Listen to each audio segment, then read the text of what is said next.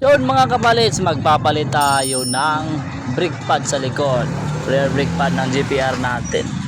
So yun nga lang, madumi kasi maputik doon sa lugar at saka umuulan lagi dito sa amin. Yun, oras na para palitan ng brake pad yung sa likuran. Motor ko is GPR 250. Nagka problema ko dyan mga kapalits kasi yan o, bod na at saka may kain na yung isa. So yung bakal dumikit na sa rotor disc.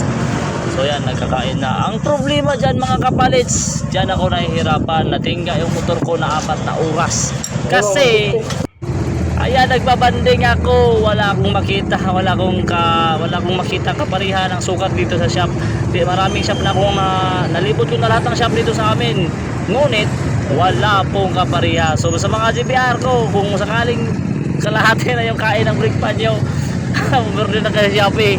So yan, hindi ako nakapag-order. So ngayon, banding ang kinalalabasan. So buti nga tinanggap ko sa banding kasi yung isang brake pad niya na UP. So yan, kinabit na ulit. So kung mayroon kayong malapit na nagbabanding, so babandingin na lang. Hirap talaga hanapin dito sa amin yung ganyang brake pad. Grabe, napakahirap. So gawin nyo, banding na lang kayo o di kaya mag-order kayo sa Shopee. Marami sa Shopee. May kamahalan nga lang. Sa banding is 150 lang po yung banding. Kalibor 150, 300 pa rin yung nagasto ko. So yun mga kabalits, ingat-ingat, ride safe sa lahat. Thank you!